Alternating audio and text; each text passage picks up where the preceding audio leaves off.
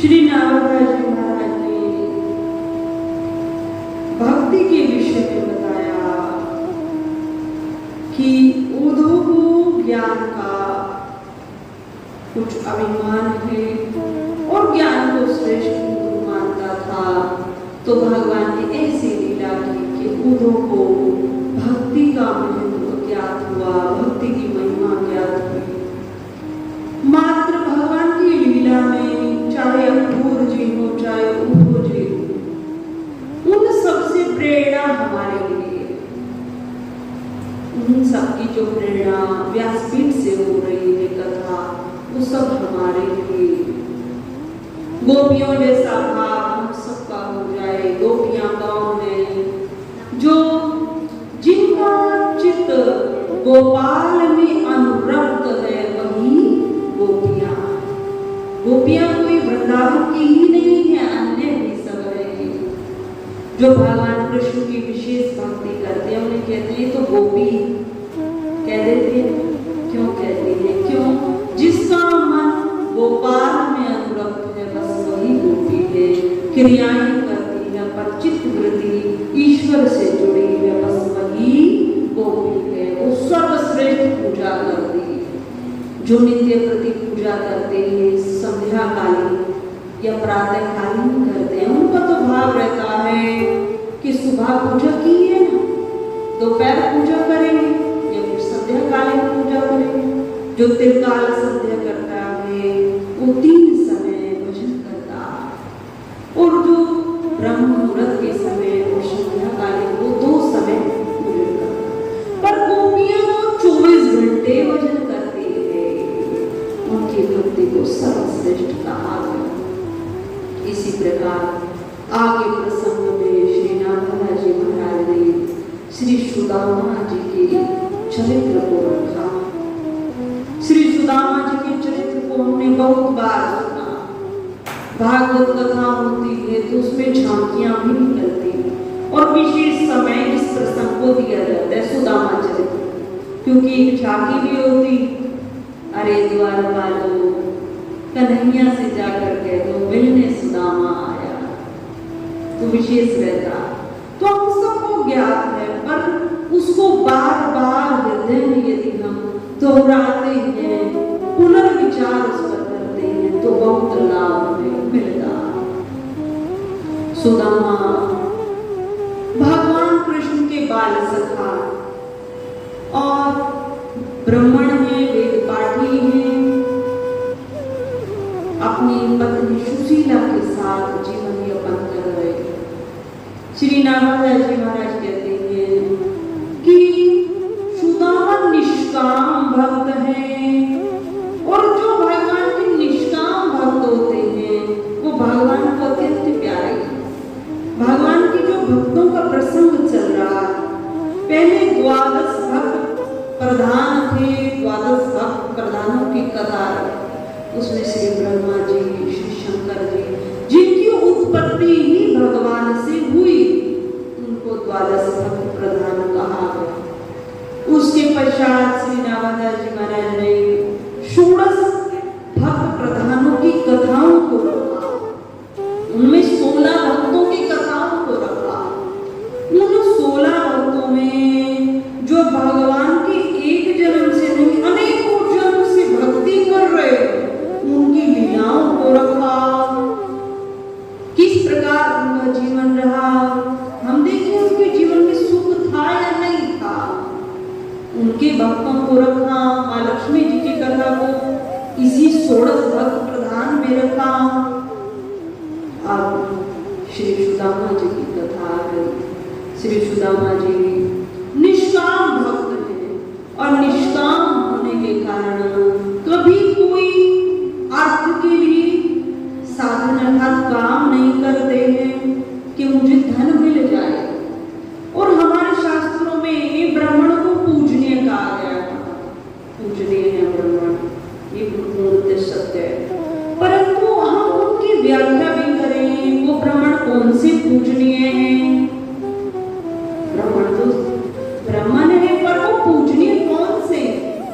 वो पूजनीय है जो त्रिकाल संध्या करते हैं, तीनों समय भजन करते हैं,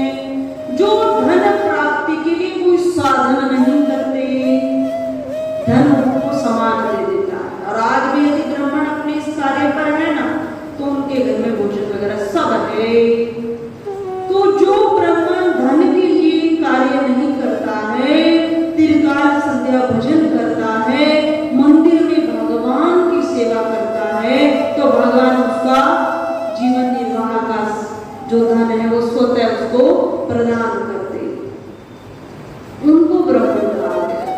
पर समाज में आज ऐसे भी ब्राह्मण हैं जो समस्त प्रकार के जो विकार है, जो गलत आहार है, वो उनके घर में सब खाया जाता, केवल वो नाम मात्र के ब्राह्मण, केवल नाम। तो उनको दान देना ठीक है, ब्राह्मणों को दान दें, पर उनकी पात्रता को देखें। एक इसीलिए यह चर्चा हो रही क्योंकि आंखों से देखा, आश्रम के समीप एक ब्राह्मण परिवार है, कहते हैं हम ब्राह्मण हैं, पर जो आचरण को देखें वो नीच। सरल शब्दों में तो एक ही शब्द आया, वही कार्य उनका है, वही कार्य। बेटा मदिरा पान करता है, दुख भी बहुत है, बड़े बेटे ने बहू का त्याग किया है, इस प्रकार के कर्म उनके।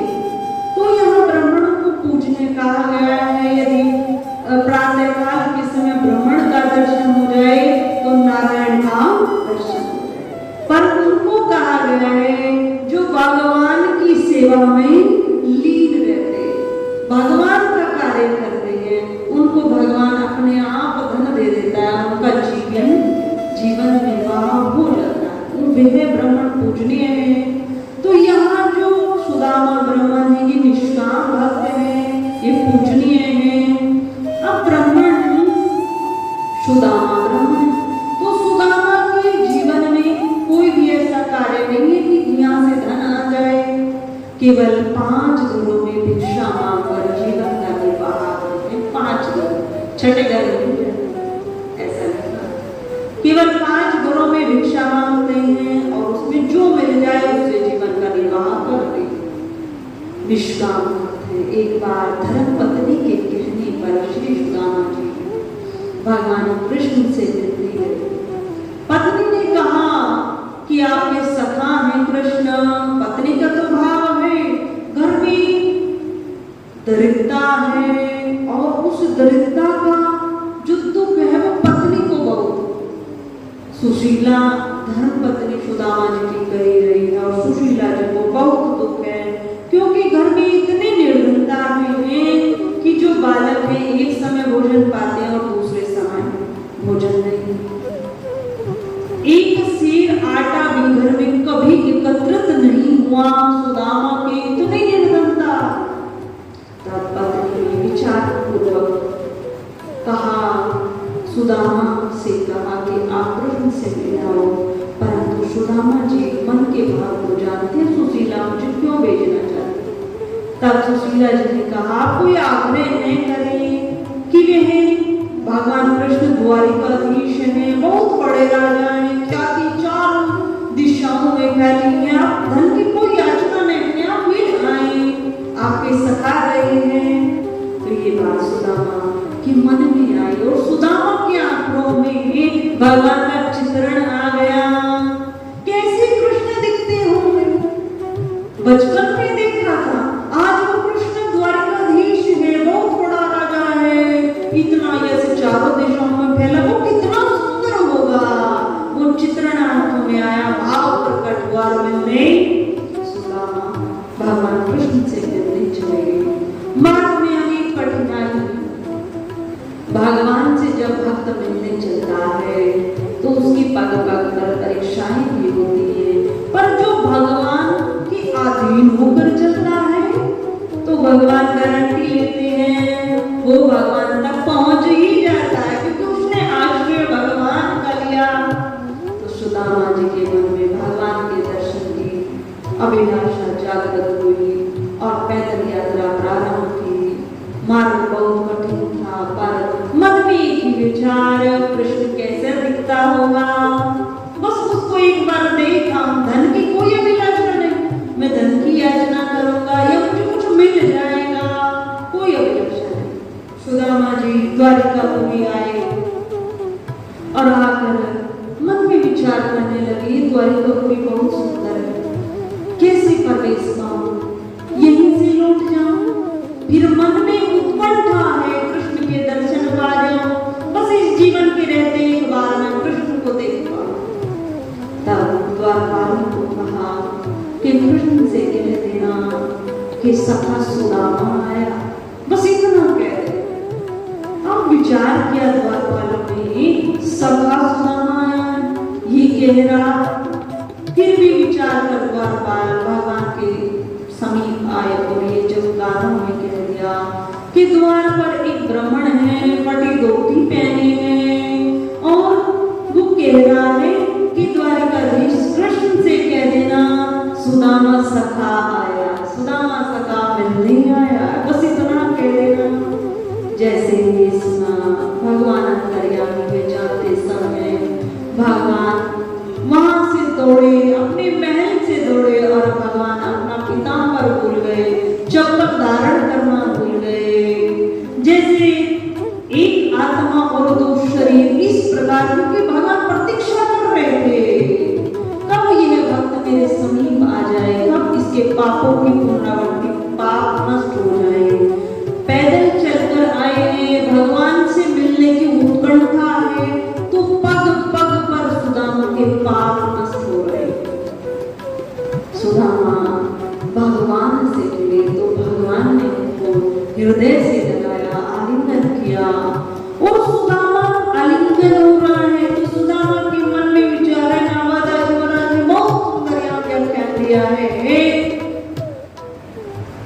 कि सुदामा विचार कर रहा है, मेरा शरीर जो हड्डियों का ढांचा है, मेरी हड्डियां अर्थात सूखी हुई हैं और भगवान अति कोमल हैं, इतने सुंदर हैं, इतनी सुंदर सुगंध आ रही है, इस कृष्ण को मेरी कंकाल रूपी हड्डियां चुभ रही होंगी। जड़ से अपने आप को छुड़ाया और आंखों से आंसू बहने लगे, भगवान के भी आंखों से आंसू बहे, भाव हो जाना। और भगवान ने जिस प्रकार एक मित्र का स्वागत किया जाता है, मित्र ब्राह्मण आया है, उसी प्रकार का स्वागत किया है। चरणों को भगवान ने अपने हाथों से धोया और सुदामा जी को शैया पर बिठाया है और सुदामा जी को ऐसा कहा गया 7 दिन तक श्री सुदामा जी द्वारिकापुर में रुके। तो भगवान ने भोजन की व्यवस्था कराई, भोजन कराया और भगवान ने अपनी बाल चरित्रों को सुदामा से कहा। तो जब भगवान सुदामा जी के समीप बैठे तो संदीपनी ऋषि के आश्रम में जब सुदामा जी और कृष्ण रहते थे तो जो वहां घटता था ना वो सारी चर्चाएं वहां करते और सुदामा जी बड़े आनंदित होते और भगवान कृष्ण भी बहुत आनंदित होते। इस प्रकार 7 दिन व्यतीत होने लगे। परंतु यह एक विचित्र घटना और थी कि जब सुशीला ने कहा था कृष्ण से मिलकर आओ, कृष्ण के एक बार दर्शन कर आओ, तो उस समय सुदामा कह रहा था कि अपने मित्र के यहाँ खाली हाथ नहीं जाना। बहुत समय बाद जा रही, अगर रोज रोज आए तो एक सामान्य वार्तालाप हो जाए। बहुत समय बाद जा रहा हूँ, वहाँ बचपन में मैंने कृष्ण को देखा था और आज वो द्वारिकाधीश है, बहुत समय बाद, तो मैं खाली हाथ कैसे जाऊँ।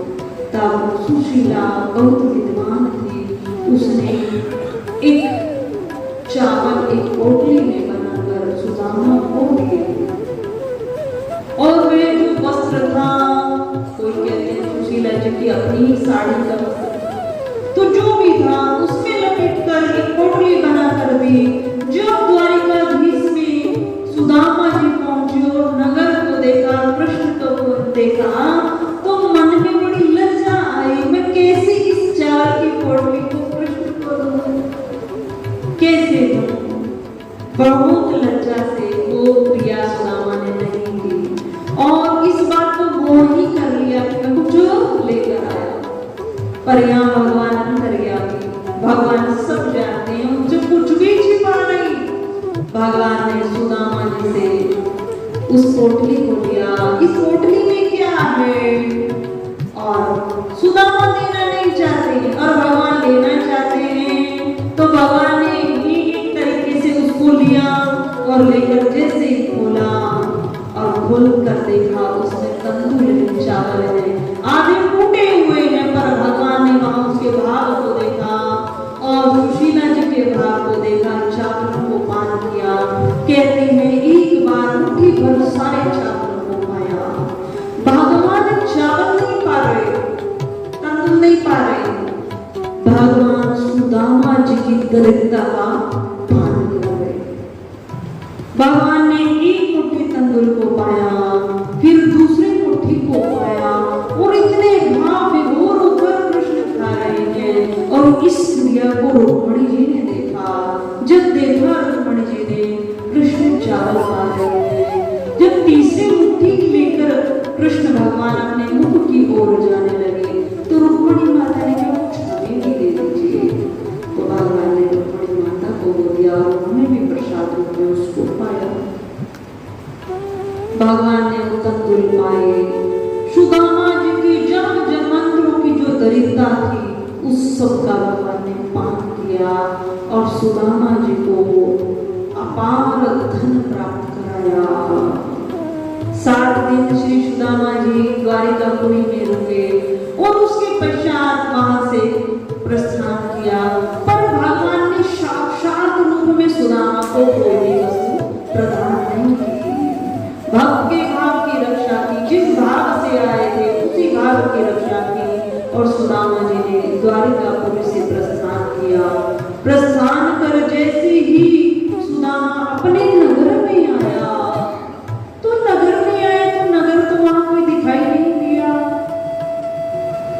वहां तो महल बना था, इतना सुंदर महल बना था, जिस प्रकार की द्वारिका नगरी थी उसी प्रकार का महल वहां बना। अब देखने लगे कहाँ सुशीला है, कहाँ मेरा वह ग्राम है, नगर। तो वहां के जो द्वारपाल थे सबने ज्ञान कराया कि आपकी धर्मपत्नी पर है। जाकर संदेशा दिया और धर्मपत्नी बहुत अपनी सखियों सहित थाल को लेकर सुसज्जित होकर वहां आई और सुदामा जी का बहुत सुंदर वंदन आरती को किया। सुशीला जी ने सब घटना को सुदामा जी को बताया कि कृष्ण कृपा से ही ये सब धन सब कुछ मिला है, ये लोग उन्हीं के द्वारा निर्मित किया गया है, ये कृष्ण कृपा हुई। तो यहाँ कथा हमें क्या प्रेरणा दे रही है? कथा हमें कहती है कि यहाँ एक प्रश्न विशेष आता है, विशेष हृदय में आप सबके हम सबके अन्य जो कथा विशेष रूप से सुनता कि सुदामा जी के जीवन में इतनी निर्धनता क्यों? इतनी निर्धनता कि बच्चों के लिए वस्त्र नहीं थे, घर में एक सवा से आटा कभी एकत्रित नहीं हो पाया, इतनी निर्धनता क्यों? हम कथा तो अवश्य कई बार सुनते हैं पर उसके सार को हृदय में नहीं लाते। क्यों निर्धनता थी? क्योंकि बचपन की घटना सुदामा जी ने जब संदीपनी ऋषि के आश्रम में, उज्जैन देवी आश्रम आज भी है, पहले भी माना गया कि चल ही रहा है। उज्जैन में संदीपनी ऋषि जी का आश्रम था और उसमें एक घटना विचित्र घटी कि गुरुकुल में सभी बच्चे समान हो गए। वहां कोई गरीब परिवार का या अमीर परिवार का ये विशेष ऐसा नहीं रहता। भगवान कृष्ण और सुदामा जी को ऋषि माता ने कुछ चने देकर कहा था कि बेटा जंगल में जाओ और संविधा लेकर आओ जिससे यज्ञ होगा। और तो एक ने 2 बालक सुदामा और कृष्ण को भेजा और कहा कि बालक है, हो सकता है कुछ देरी हो जाए, तो चने रूपी कुछ प्रसाद उनको दिया। जैसे ही वो प्रसाद सुदामा जी ने ले लिया और लेकर मार्ग में चले तो संविदा तो कुछ इकट्ठी की और मार्ग में चलते चलते बहुत तेज वर्षा हो गई। वर्षा हुई तो सुदामा जी और कृष्ण जी ने वृक्ष का सहारा लिया बड़े डाल पर, शाखा पर सबसे ऊपर सुदामा जी बैठे हैं और नीचे कृष्ण जी बैठे हैं। अब सुदामा जी ने जो अपने भाग के, उसमें कहते हैं 2 मुट्ठी चना दिया, तो अपने भाग को तो ग्रहण किया, पर उसके साथ साथ कृष्ण के भाग के भी चने को पा लिया। अब वह चने को पाया तो फिर भगवान को ज्ञात हो आया, जब बैठी है, अब बैठी है तो कुछ तो क्रिया रहेगी, बहुत समय भी हो रहा है, वर्षा थी। सुदामा से कहा कि ऋषि माता ने जो चने दिए थे वो कहाँ पर हैं? तब सुदामा जी ने असत्य का भी सहारा लिया, कहा कृष्ण वो तो मार्ग में जब आ रहे थे ना, वो वहीं पर गिर गए। फिर क्या तुम्हारे कुछ दांत भी बज रहे हैं, तुम क्या खा रहे हो? उससे पहले उनका नहीं सुदामा ने कहा कि तुमसे कृष्ण सर्दी है, वर्षा हो रही है तो कम शरीर कपकपा रहा है और दांत किड़किड़ा रहे हैं। कृष्ण को चने तो मार्ग में ही गिर गए। अब ये असत्य है और ये एक दूसरे का अधिकार पाना, बस इसी कारण एक मूर्ति चला पाया था। और आज हम, आप सब में तो शायद ऐसी क्रिया नहीं है, बहुत लोग ऐसे हैं कि अन्य के अधिकारों को अपना रहे हैं, चाहे वे उसमें किसी को मर्डर भी करवाना पड़े, कुछ भी कराना पड़े, साम दाम दंड भेद सारी नीतियां अपनानी पड़े, हमको उनके जो अधिकार है उसको छीन रहे हैं, ले भी नहीं छीन रहे हैं, अपने अधिकार उस पर दिखा रहे हैं। तो भगवान का जो हिस्से का चरण था सुदामा ने पाया, और सुदामा को क्या मिला? जीवन भर के लिए दरिद्रता मिली। तो जैसे हम यदि किसी के भी अधिकार का, सुदामा जी ने तो एक मुट्ठी चना पाया चोरी से, असत्य बोलकर, और आज समाज में हम देखें तो दूसरों का अधिकार लेने में, दूसरों का हक लेने में हमें तनिक भी लज्जा नहीं आती है। कितना बड़ा पाप व्यक्ति कर रहा है, फिर कहता है मेरे जीवन में बहुत दुख है, मैं बहुत दुखी हूँ। फिर भगवान के सामने आकर ये कहता मैं बहुत दुखी हूँ, मेरे घर पर ही इतनी बीमारियां क्यों हैं, मेरे जीवन में ही इतना कष्ट क्यों है? इस प्रकार सुदामा जी के जीवन में इतनी दरिद्रता आई, भगवान से असत्य का प्रयोग किया। अगर उस समय भी वे समय मान लेता और कह देता सुदामा कृष्ण मुझे भूख अधिक लग रही है और मैंने ले लिया है, तो भगवान क्षमा कर देते, पर यह भगवान से असत्य का व्यवहार रहा और भगवान के अधिकार को पाया तो जीवन भर दरिद्रता बनी रही। भगवान कृष्ण सर्वज्ञ हैं, अंतर्यामी हैं, जानते हैं इस सुदामा जी की दरिद्रता को मैं कैसे दूर। बहुत समय हो गया, तब भगवान ने ऐसी प्रेरणा सुशीला जी के हृदय में दी कि जिससे सुदामा जी पग पग चलकर कृष्ण के पास गए, उसके प्रारब्ध के पापों को नष्ट किया और उसके पश्चात उसका जो भगवान के हिस्से का चना था उससे कहीं ज्यादा अधिक भगवान ने उसके घर का पान किया।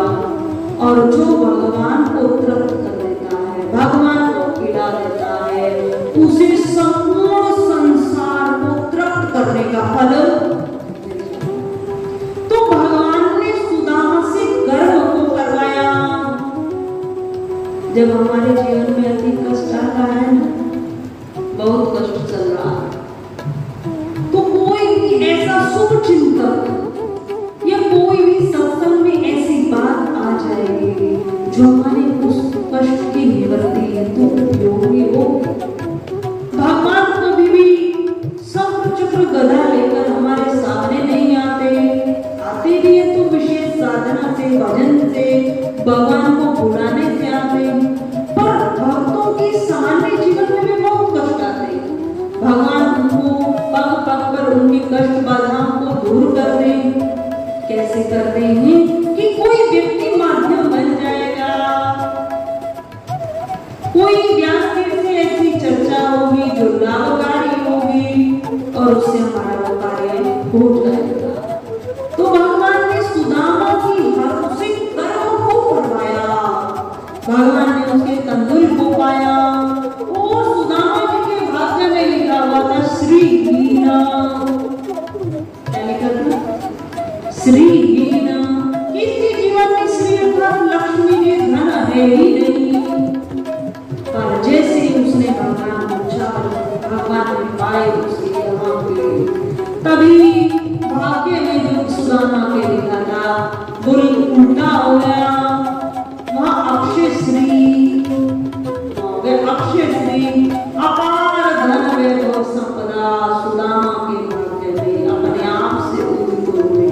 क्यों? क्योंकि जो भगवान को खिलाता है उसे संपूर्ण संसार को तृप्त करने का फल मिलता है। जो भगवान की ओर चलता है उसके प्रारब्ध के समस्त पाप नष्ट हो जाते हैं। इस प्रकार सुदामा की ये प्रेरित कथा हमें यही प्रेरणा देती है कि जीवन में कष्ट आ जाए, विपत्ति आ जाए, किसी के पैसे गिरे हुए मिल जाए, किसी के पैसे रखे हुए मिल जाए, किसी का धन मिल जाए, उसको कभी भी हमें लेना नहीं है, कभी भी छीनना नहीं है, कभी चोरी नहीं करनी है, किसी की हक की वस्तु हमें लेनी नहीं। यदि तनिक भी लेते हैं तो उसका बहुत दोष हमारे जीवन पर पड़ता है। हम सतयुग की आत्मा बन जाएं, देने वाली आत्मा बन जाएं, हमारे हाथ देने वाले बन जाएं। तो देखो लाडला जो भगवान के भक्त होते हैं ना, उनको सब खाने में आनंद नहीं होता, खिलाने में आनंद होता। थोड़ी सी वस्तु कुछ बनाई है, वो सोचते इसमें से भी मैं भक्त को दे आऊं, वो पाएगा ना, उसने पाया, उसको आनंद होगा, बस मुझे आनंद हो जाएगा। तो हम सतयुग की आत्मा बने, ना कि कलयुग की आत्मा बने। किसी के अधिकार को छीनना नहीं है। माताओं, प्रिय भाइयों, हम सबको यहाँ से जाना, सबको जाना। हमारे गुरु जी एक ही बात कहते थे, संत जन एक ही बात विशेष कहते हैं, हमें सबको यहाँ से जाना। तो हम शास्त्रों की माने ये न माने, हम अपनी आंखों की मान ले। हम कहते हैं हम अपनी आंखों की मान ले। तो जो भी यहाँ से गया है, आप मुझे अपना अनुभव बताइए, यहाँ से कुछ लेकर गया है क्या? कोई भी भाई गया है बताइए? यहाँ तक कि उसके हाथों में जो अंगूठी होती है, गले में कुछ चेन वगैरह है, तो वो भी निकाल ली जाती। तो बताइए यहाँ से कोई लेकर गया है क्या? तो वह लेकर नहीं गए तो हम कहाँ से लेकर जाएंगे? तो फिर क्यों हम किसी के अधिकार को छीने, किसी के हक को हम छीने? हम अपने आप के, अपने जीवन को बहुत सुंदर बनाने, ऊंचे उठाने और देने वाली सतयुग की प्रिय आत्माएं बने तो हमारा जीवन बहुत आनंदित होगा। क्यों? क्योंकि भगवान भी कहते हैं, भगवान ने एक नियम बना रखा है। सुदामा जी के चरित्र पर ये चर्चा चल रही, तो तुलसीदास जी उस नियम को कह रहे कि भगवान ने क्या नियम बना रखा है। विश्व प्रधान जगत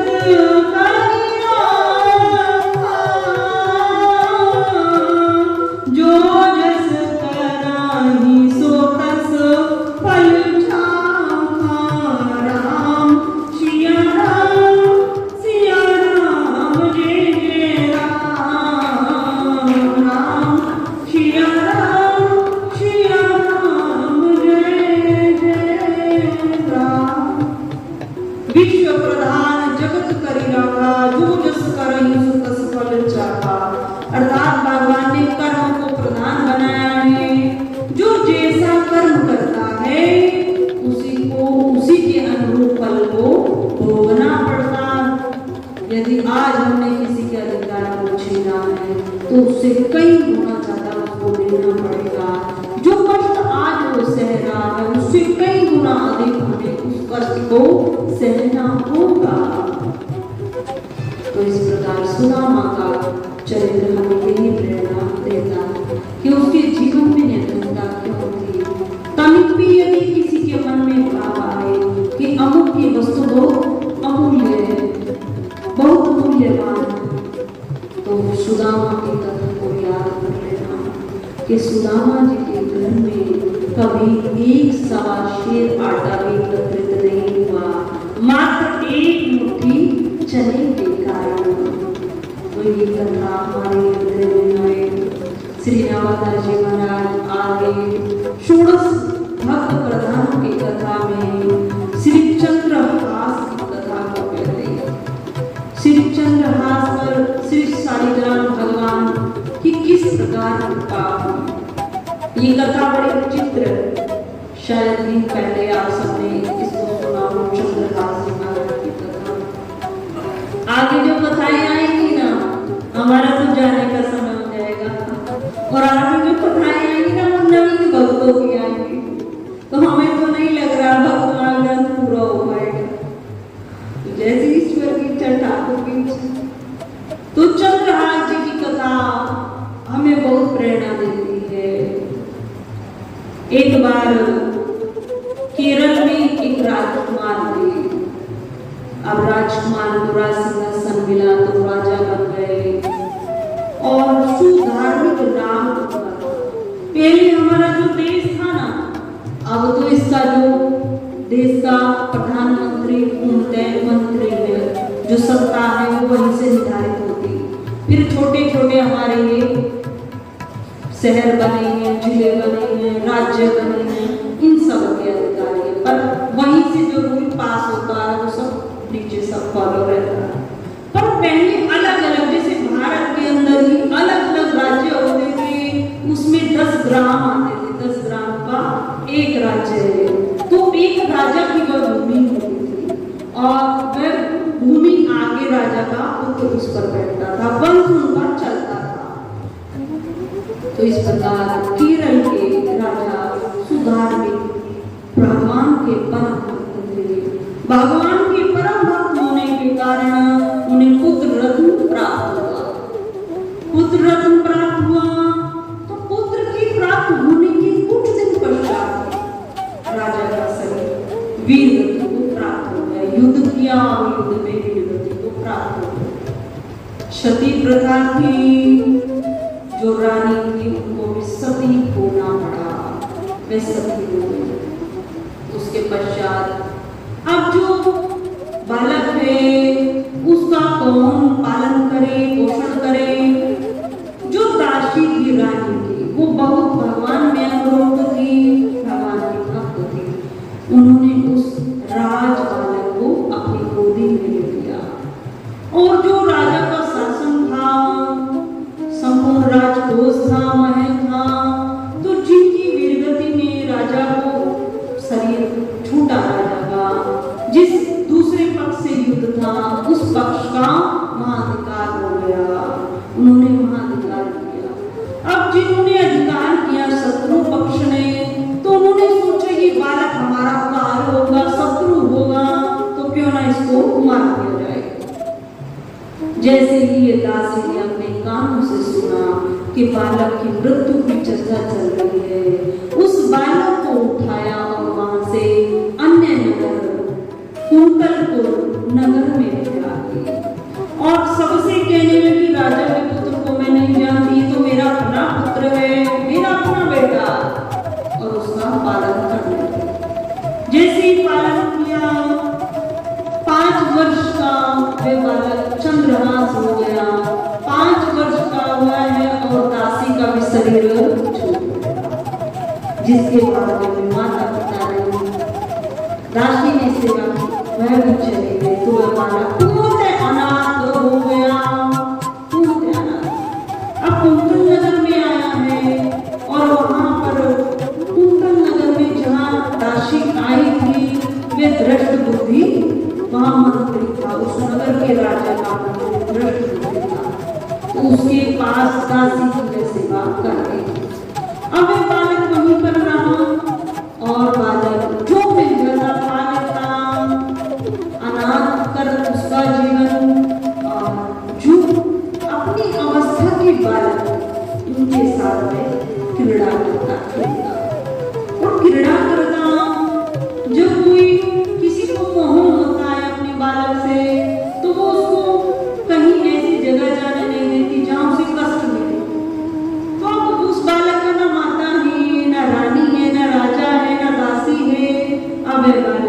जंगल में खेलता, जंगल में ऐसी क्रीड़ाएं करता जो बहुत बड़े विद्वान संतों की होती। वे वहां पर भगवान की भजनों को गाता और अन्य बालकों को भी धार्मिक शिक्षा देता। क्यों? क्योंकि पुत्र तो राजा का है ना, संस्कार उसमें राजा के हैं, वहां भी धार्मिक क्रियाओं को करता, अन्य बालकों को धार्मिक संस्कार भी देता। श्री नारद जी को बहुत दया हुआ।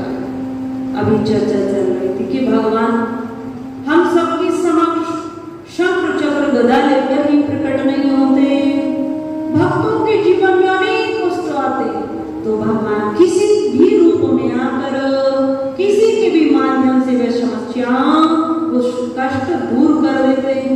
तो उसी प्रकार चंद्रहास के जीवन में श्री नारद जी आए और श्री नारद जी ने चंद्रहास जी को एक पत्थर दे दिया और कहने लगे तुम्हें इस पत्थर की पूजा करनी है, और एक मंत्र दे दिया, बेटा बस इस मंत्र को तुम जपते रहो। क्योंकि नारद जी जानते हैं राजा भी चले गए हैं, रानी भी चली गई है, दासी जो उसका पालन करती थी वे भी चली गई, आने वाला समय इसके लिए बहुत कठिन होगा और ये भगवान का परम भक्त। तब श्री नारद जी के रूप में वहां पर भगवान की ही कृपा चंद्रहास पर हुई।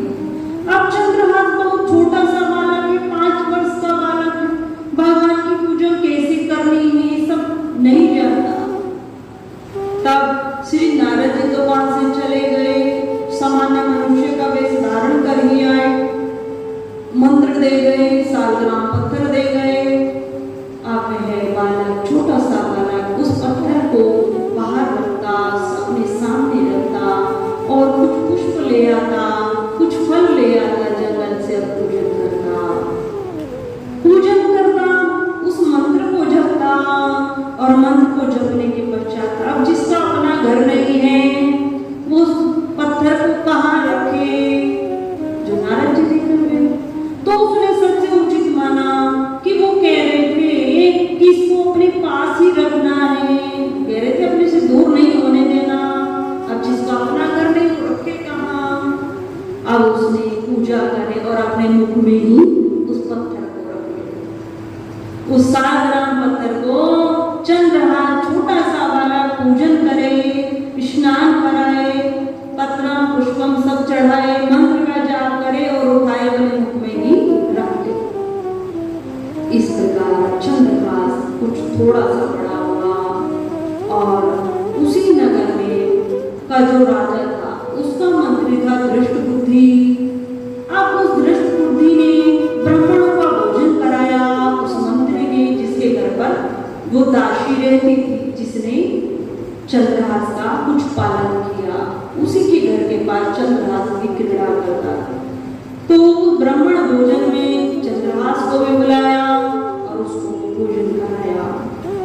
अब जो दृष्ट बुद्धि था, मंत्री था उस नगर का, तो उसने बहुत बड़े पंडितों को बुलाया, ब्राह्मण को बुलाया, भोजन कराया और उनसे पूछा कि मेरे यहाँ जो मेरी बेटी है, मेरी कन्या है, और उसका कैसा स्वभाव रहेगा, उसका वर कैसे होगा, इस सब मुझे बताइए। इसके जीवन का मुझे इसके जीवन के बारे में मैं जानकारी चाहता हूँ, ज्ञान चाहता हूँ, ये कैसी रहेगी। तब सभी ब्राह्मणों ने विचार कर कहा, उसकी समस्त जनक कुंडली को देखा और परम विद्वान जन, तो उन्होंने एक ही ब्राह्मणों ने एक सलाह को बनाया और श्री चंद्रहास की तरफ इशारा कर दिया, हे मंत्री तुम्हारी कन्या का जो वर होगा वो एक चंद्रहास बालक होगा। जब ऐसा कह दिया ब्राह्मणों ने, तो मंत्री जी ने उस बालक की ओर देखा और देखकर अत्यंत क्रोध हो गए, क्रोध आया, ये दासी पुत्र मेरी कन्या का वर होगा, एक दासी पुत्र तो मेरी जग में इस नगर में अपकीर्ति हो जाएगी, मेरा तो यश चला जाएगा, ये बालक मेरी कन्या का वर होगा। और ये कोई साधारण मनुष्य ने नहीं कहा, ये समस्त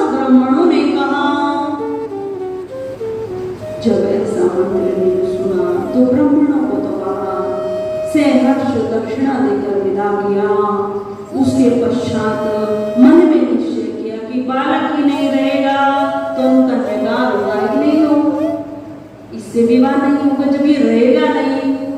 तो ऐसा विचार कर मंत्री ने अपने सैनिकों को आज्ञा दी कि इस बालक को जंगल में ले जाकर और इसको मार दो, इसके जीवन को नष्ट करो।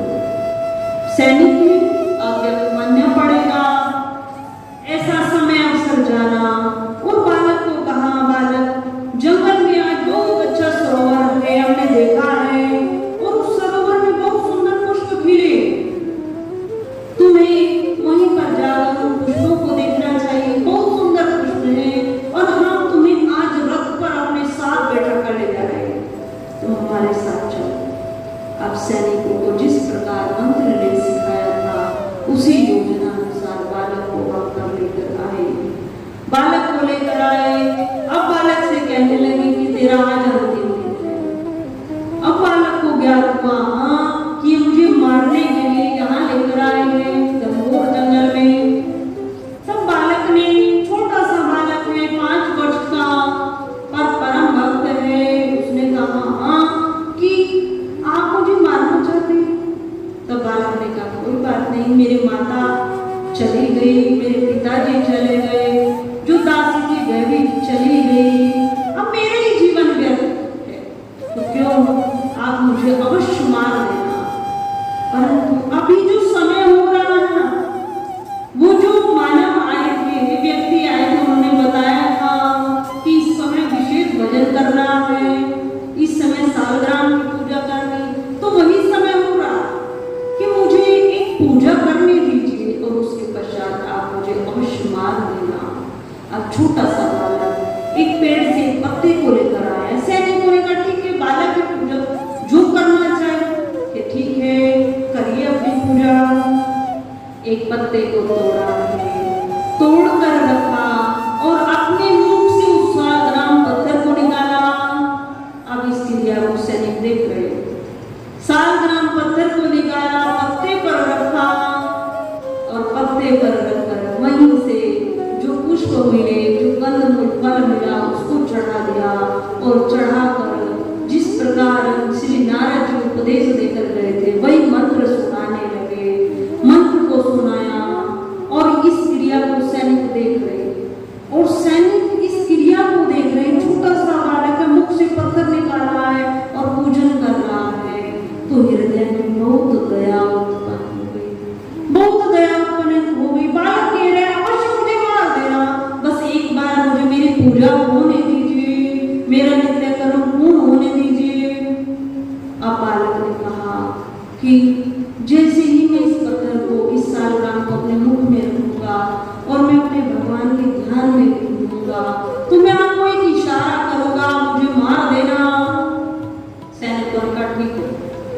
अब पत्थर को उठाया, पूजन किया, पत्थर को उठाया, फिर से मुख में रखा, आंखों को बंद किया, एक हाथ से इशारा किया सैनिकों को। अब जैसे ये सैनिकों ने देखा तो सैनिक चेतन थे, वहीं पर अपने शुद्ध को बोल गए, हम कौन हैं, किसने हमें भेजा है और इस नन्हे सुकोमल बालक को मारने भेजा है। और ये बालक स्वयं कह रहा है कि अब मुझे मृत्यु दंड दीजिए, मार दीजिए।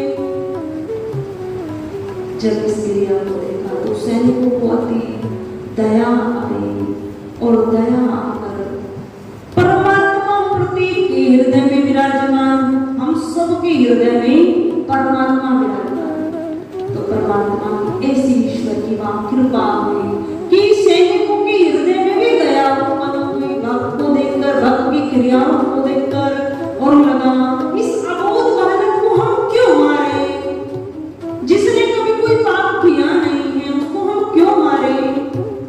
परंतु मंत्री की भी आज्ञा है कि बालक को मारना। तब समीप उसके आए और उसके पांव की उंगलियों में 6 उंगली थी, 5 नहीं थी 6 थी, तो एक दोष उसको था, उसकी 6 उंगली, तो उन्होंने, सैनिकों ने उस 6ठी उंगली को हटा दिया, काट दिया और लेकर मंत्री के पास पहुंचे। वह अंग दिखाया और कहा आपने उस बालक को मार दिया। मंत्री को भी विश्वास हो गया, प्रसन्नता पूर्वक अपने नगर में रहने लगा। उधर में छोटा सा बालक नित्य प्रति अपने मुख से सालग्राम भगवान को निकालता, पूजन करता, नित्य प्रति अपने मुख में रख लेता और उसी जंगल में निवास करने लगा। कंदमूल फलों को खाता, ऋषि शंभु जैसा उसका जीवन। जहां वो बैठता वहां पर समस्त जो हिंसक जीव है वो भी हिंसा करनी बंद कर देते और शांत भाव से रहते। और जितनी हिरण है वहां हिरनियां सब उसके आसपास घूमते। और एक पक्षी जिसकी यदि छाया किसी मनुष्य पर पड़ जाए तो वो चक्रवर्ती राजा सम्राट बन जाए। और वह पक्षी नित्य प्रति उस बालक पर अपनी छाया बनाए रहता, नित्य प्रति।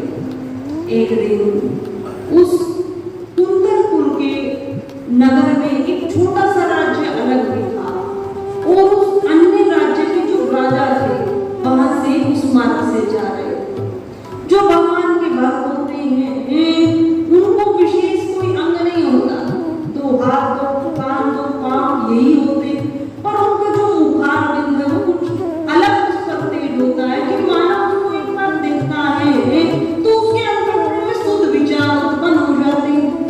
तो जैसे ही वह उस चंद्रावती नामक नगर का राजा वहां से निकला, उसने उस अबोध नन्हे बालक 5 वर्ष के बालक को देखा। समस्त हिरनियां उसको झुंड बनाए घेरे हैं और उस पक्षी को देखा कि ये पक्षी यदि किसी की छाया अर्थात किसी के ऊपर इसका थोड़ी सी भी छाया आ जाए या ये पक्षी दिख भी किसी को जाए तो चक्रवर्ती राजा सम्राट बनता और ये पक्षी तो निरंतर इस पर छाया बनाए। तो राजा को बहुत प्रसन्नता हुई और राजा ने किसी से नहीं पूछा, रानी से नहीं पूछा, उस बालक को उठाया, गोदी में लिया। आज जिसके पिता चले गए थे उसको आज एक राजा पिता के रूप में प्राप्त हो गए। जो भाग्य में जिसके लिखा है उसे अवश्य मिलेगा। तो आज पिता के रूप में एक राजा प्राप्त हुए और वो राजा उस बालक को गोदी में लेकर महल में आए और बहुत बड़ा एक उत्सव मनाया गया कि मुझे पुत्र रत्न प्राप्त हुआ है। उत्सव मनाया गया। राजा ने जब बालक की क्रियाओं को देखा तो अति हर्षित हुए और ये वहां आसपास के नगर में या आसपास की जगह पर ये बात पूर्ण थी कि राजा के लिए पुत्र नहीं है। राजा ने यही सबको कहा मुझे पुत्र रत्न प्राप्त हुआ। राजा बालक एक राजा के पिता बन गए, महल में रहता और राजा ने अपनी जीवित अवस्था में ही उसका राज तिलक कर दिया, उसको सिंहासन पर बैठाया। बहुत अच्छे तरीके से राज्य चलने लगा। अब जो राजकुमार था वो बड़ी अवस्था को प्राप्त हुआ और जो मंत्री इधर था जो जानता था कि मैंने उसकी चंद्रहास उस बालक को मृत्यु तक पहुंचाया। तो एक दिन वह मंत्री था अन्य राज्य का तो उस नगर में आया क्योंकि उस नगर का राजा अपने नगर का सारा कर उसको देता था। अब वह लेने आया तो जैसे कुछ कर के रूप में धन देता तो लेने आया तो उसने उस राजा के राजकुमार को देखा, चंद्रहास को देखा और चंद्रहास को देखकर उसकी आंखों को देखकर उसके हाथों को देखकर पहचान लिया कि ये तो वही बालक है, ये तो दासी पुत्र है और इस राजा को कैसे प्राप्त हुआ और राज सिंहासन पर बैठा है। ये तो बड़ा इसने षड्यंत्र किया है ये बालक दासी पुत्र। तब उसने बहुत बड़ी सैनिकों को बुलाकर एक योजना को बनाया कि किसी भी तरह इस बालक को हटाना, इस राजकुमार को हटाना। अब जिसकी रक्षा भगवान कर दे उसे कोई नहीं मार सकता, कोई भी नहीं मार सकता। हम अभी देखें अपने भारत देश में भी राम मंदिर की तैयारी तो बहुत समय से थी, बहुत पहले और राम मंदिर बनना भी बहुत पहले चाहिए था, बहुत पहले।